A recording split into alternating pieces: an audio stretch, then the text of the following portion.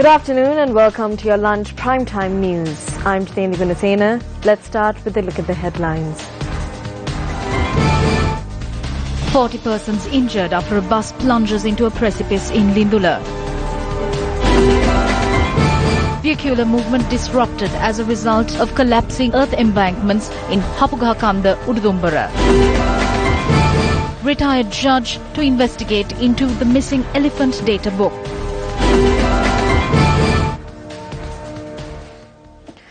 On to your local news. 40 individuals have been injured after a private bus fell off a precipice along the Lindula-Nuwarelia road near the Vinayaganagar Kovil. Police said that the accident had taken place this morning, adding that the injured were admitted to the Lindula hospital. The passengers in the bus are workers of a tea estate.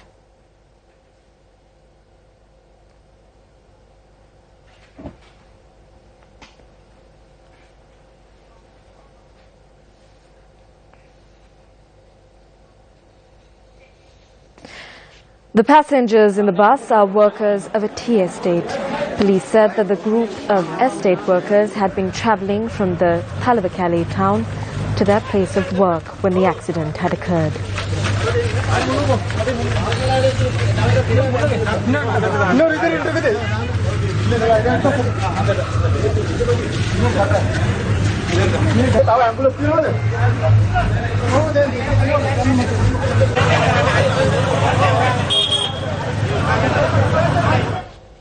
Meanwhile, the Disaster Management Centre attached to Mathura said that the students who were to face the GC O-level examination this year trapped near the Balapattala Falls as a result of the water levels of the Hulandava water have been rescued. Assistant Director of the Centre, Lieutenant Colonel Priyanka Robesekar, said that the 4 students, 2 girls and 2 boys, were rescued. The Assistant Director said that the students were later directed to the examination centre at the Pittabedara Mahavidyalaya. Commissioner General of Examinations WMNJ Pushpakumar said that the 4 students were granted permission to sit for the examination on a later date. He added that the students will be given additional time for the examination.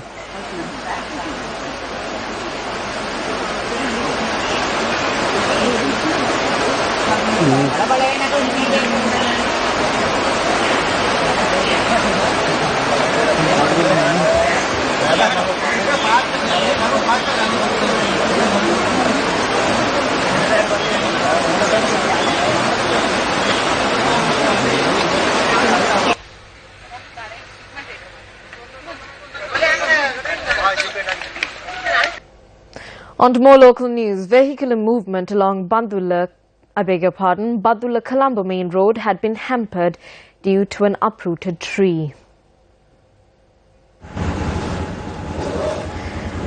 The police said that a tree was seen fallen on the main road around 7:30 this morning. The police had advised the public to use an alternate route as measures have been taken to remove the tree from the main road.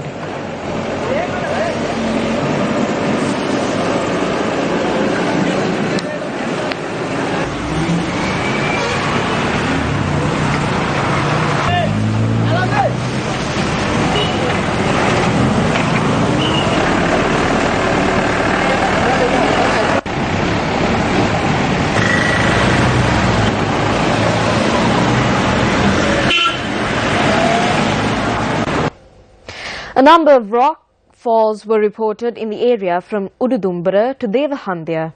Our correspondent said that this has raised safety concerns in the area.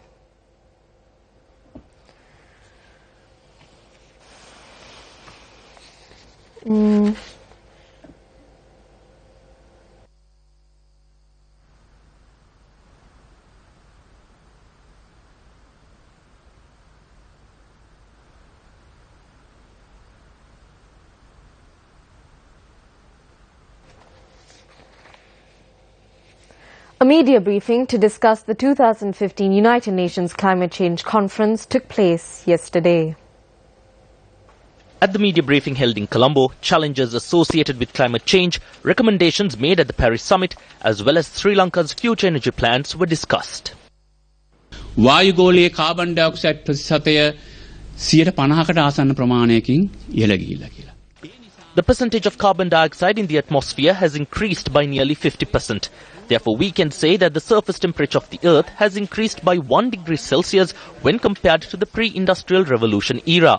Even the sea levels have increased by 20 centimeters. All this has already taken place. At the conference, certain scientists pointed out that when you take into consideration the levels of carbon dioxide that have already been emitted, the surface temperature of the Earth will increase by another 0.6 degrees Celsius or a total of 1.6 degrees. There is no way of preventing this. It was decided to control the current levels with immediate effect and bring the levels down by 2020. That is to limit the increase of atmospheric temperature to 2 degrees Celsius. We believe that if the atmospheric temperature increases by more than 2 degrees Celsius due to the increasing levels of carbon dioxide, the consequences will be beyond control. ඉහළ නැග්ගොත් centigrade අංශක 2කට වඩා ඊට පස්සේ සිදුවෙන ක්‍රියාකාරකම් මිනිහාට පාලනය කරන්න අපහසුතාවයකට පත් වේ කියලා විශ්වාස කරනවා. දැන් අපි සාමාන්‍යයෙන් කියනවා නම් අර In layman's terms, we can say that we have drowned up to the level of our noses and that our mouths are completely underwater. We need to stop this at all costs. According to emissions already released, the temperature will increase by 1.5 degrees Celsius. From what they say, we cannot stop it from increasing by 2 degrees. What is important for us is what would happen to our countries if it increases by more than 2 degrees Celsius. As island nations, how should we act? We need to discuss that matter separately. We need to build a community based on a foundation. That foundation should have a policy that we will not increase the use of coal or crude oil in the future. We are ready to take our course to the international arena. Minister of Sustainable Development and Wildlife Gamini Jaivikrama Pereira announced in Parliament today that the investigations into the missing elephant data book will be conducted by a retired judge. At a previous occasion in your ministry, the elephant data book was reported missing. Have you not taken any action with regard to the errors committed by the top-tier officials?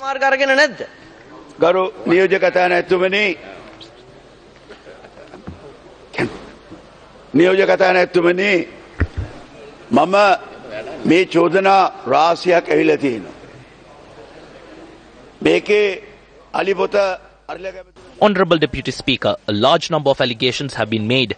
One is the disappearance of the elephant data book and that it was at Temple Trees. There are allegations where the elephant was killed to take away the calf.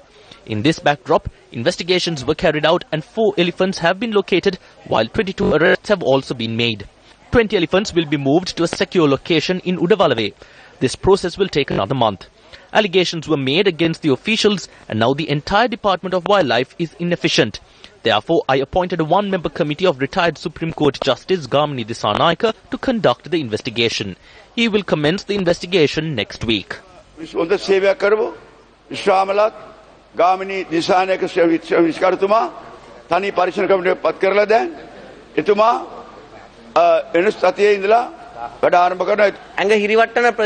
That was an intimidating answer. He says that the elephant data book, which is supposed to be with the ministry, was taken to Temple Trees.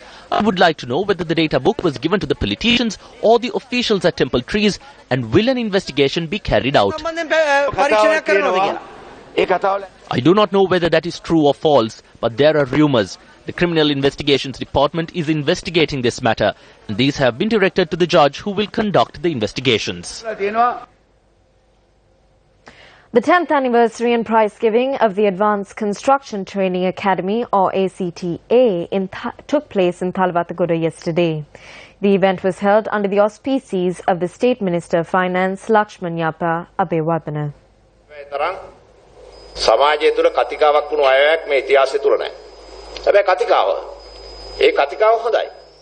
There is no other budget proposal that created a greater dialogue amongst the general public as this budget. This public dialogue is good. It keeps on changing. That's what's needed in a democratic country. But these amendments need to be made. As a government, even though we suffer political losses, we need to make decisions that will move the country forward.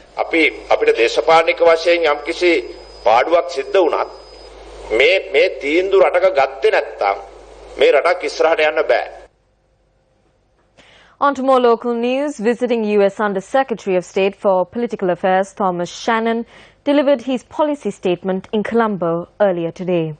Also speaking at the event, Minister of Foreign Affairs Mangala Samaraveera made the following statement. You could recall that Secretary Kerry, when he was here last May, announced that the United States and Sri Lanka will establish a partnership dialogue. In fact, at our discussions yesterday at the Republic Building, Ambassador Shannon and I decided that the partnership dialogue will be launched in Washington, D.C. on the 26th of February next year. This is a remarkable development in relations between our two countries that will institutionalize the renewal of our centuries-old friendship. And I'm happy that our partnership dialogue will benefit from Ambassador Shannon's wisdom and experience. We now look to Sri Lanka to also provide inspiration to others around the world to show them how justice and compassion can overcome a difficult past and help create a stable and prosperous future and strengthen a nation's security, prosperity, and prestige. That while Sri Lankans look out into the world and try to find examples or experiences that might be relevant for Sri Lanka, I can assure you that your success here will make Sri Lanka a reference point for the rest of the world. And for those countries that are facing conflict today, in the Middle East, in Africa, and elsewhere, as we get deeper into this century, when people look for a model of reconciliation, when people look for a hope in dark moments, Sri Lanka will be the point of reference. අපි හැමෝටම තේරෙනවා කාන්තාවක් කියන එක කොච්චර වැදගත්ද කියලා. මේ මුළු සමාජයටම වැදගත් කාන්තාව. ඒ අම්මා, බිරිඳ, දියණිය. ඉතින් අපි සේරම එක්ක. The campaign title Empower the Woman, launched by Newsfirst to promote awareness on equality, safeguarding and empowering women, got underway in Galle and Chilao today. Today marks day 14 of the campaign. The campaign, which is organised by Newsfirst, Sirisa and Shakti, aimed at empowering women with equality and security, is carried out together with the assistance of the Sri Lanka Police, Ministry of Local Government and Provincial Councils, District and Divisional Secretariats.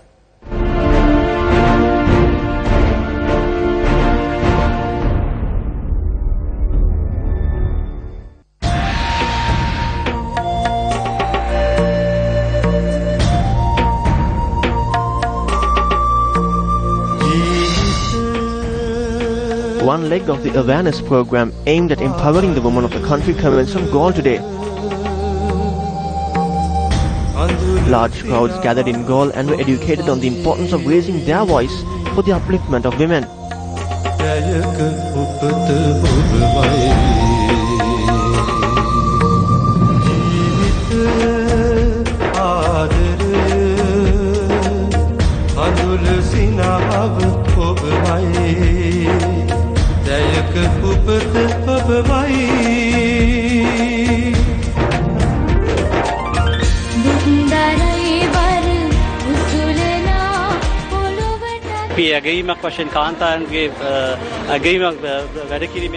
This campaign was organized to appreciate the work carried out by women as a whole.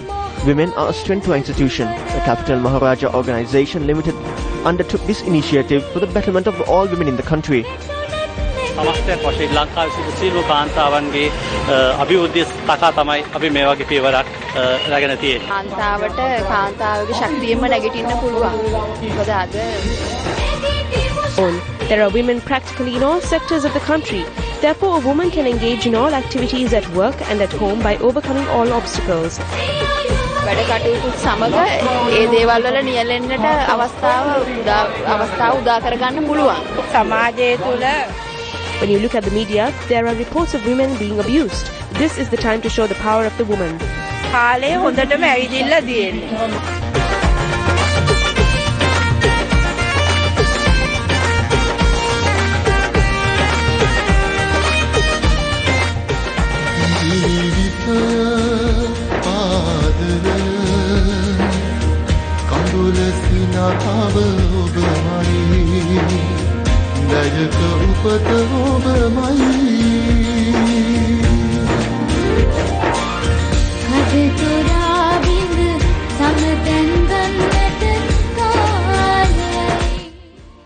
The team which set off from the north arrived in Chilau today.